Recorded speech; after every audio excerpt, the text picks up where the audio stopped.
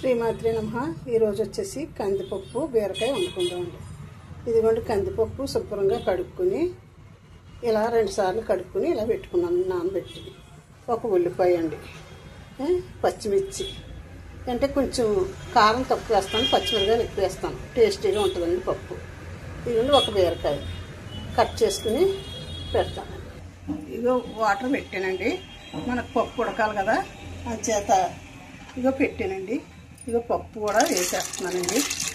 ఇది ఉడికిన తర్వాత మనం బీరకాయ ముక్కలు అన్నీ కట్ చేస్తానండి. ఈ లోపల అన్నీ వేసుకుని ఉడికిన తర్వాత పోపు కూడా చూపిస్తానండి. చూడండి, పప్పు కందిపప్పు బీరకాయ చూడండి. ముక్కలు కట్ చేసాను, ఉల్లిపాయ కట్ చేసాను, పచ్చిమిర్చి కట్ చేసాను, తగినంత కారం వేసుకున్నాను, స్పూన్నర పసుపు వేసానండి. ఇవి మనం పప్పు కొంచెం ఉడికిన తర్వాత ఈ ముక్కలు పప్పులో వేసుకోవాలి. ఇది చూడండి, పప్పు ఉడుకుతుంది, ఉడకాలి. ఇలాగా ఉడికిన తర్వాత చూడండి పప్పు ఉడుకుతుంది. ఎలా ఉడికిందో కూడా చూద్దాము ఒకసారి. పప్పు ఇలా ఈ రకంగా ఇంకొక కొంచెం ఉడికితే మనకి పప్పు ఉడికిపోతుంది. ఇలా ఉడికేటప్పుడు మనం ఏం చేయాలంటే అండి, ఇగో మీ ముక్కలు ఉన్నాయి కదా, బీరకాయ ముక్కలు కట్ చేసుకున్నాం కదా, ఈ బీరకాయ ముక్కలు వేసేసుకోవాలండి. ఉల్లిపాయ ముక్కలు బీరకాయ ముక్కలు అన్నీ వేసేసుకుని దానిపైన కారం పసుపు కూడా వేసేసుకుని మూత పెట్టుకుందామండి. ఏంటి ఇగో కారం పసుపు కూడా వేసేసింది.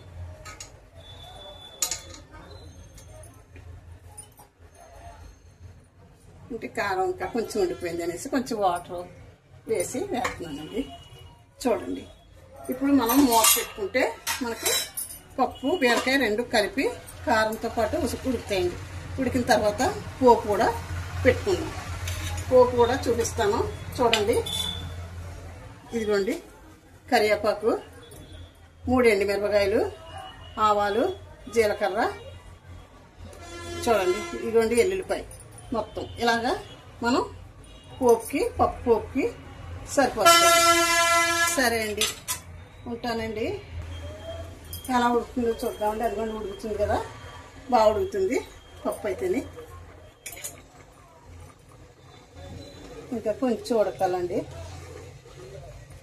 ఉడికి దాంట్లో కొంచెం ఆయిల్ వేసుకుంటే టేస్టీగా ఉంటుందండి. ఆయిల్ వేసాను, మెత్తగా కూడా ఉడుకుతుందండి పప్పు.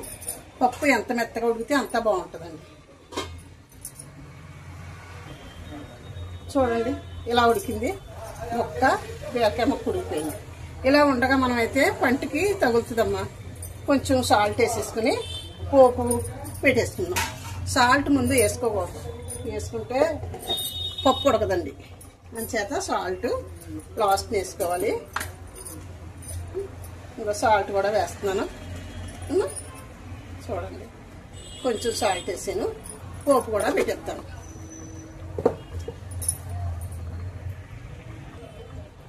చూడండి పప్పు ఉడికిపోయింది. ఇప్పుడు మనం ఇలాగా ఉప్పు వేసుకున్నాం కదా, ఇలా ఒకసారి మెదుపుకుంటే మనకి మెత్తగా వస్తుందమ్మా. చూడండి బాగుంటుంది పప్పు అయితేనే. పప్పు బీరకాయ చాలా బాగుంటుంది. పోపుకి కూడా గిన్నె పెట్టుకుందాము. ఇదిగో గిన్నె పెడుతున్నాను పోపుకి. ఆయిల్ కూడా వేస్తున్నాను. ఆయిల్ వేసాను. ఆయిల్ కాగితే పోపు వేసేసుకుందాం. పప్పు రెడీ అయిపోతుంది. ఆయిల్ కాగుతుంది.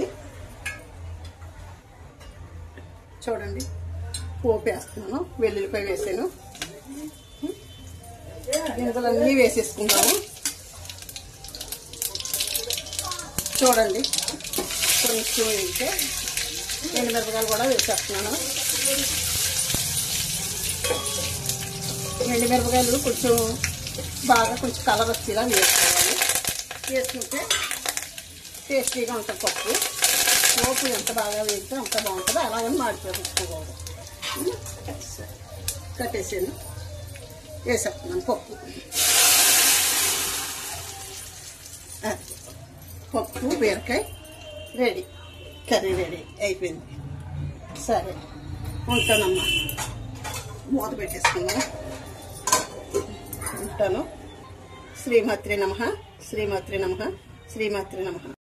చూడండి పప్పు రెడీ అయిన తర్వాత ఇలా ఉంది. ఎంత బాగుందో చూడండి, సూపర్గా ఉంది అండి.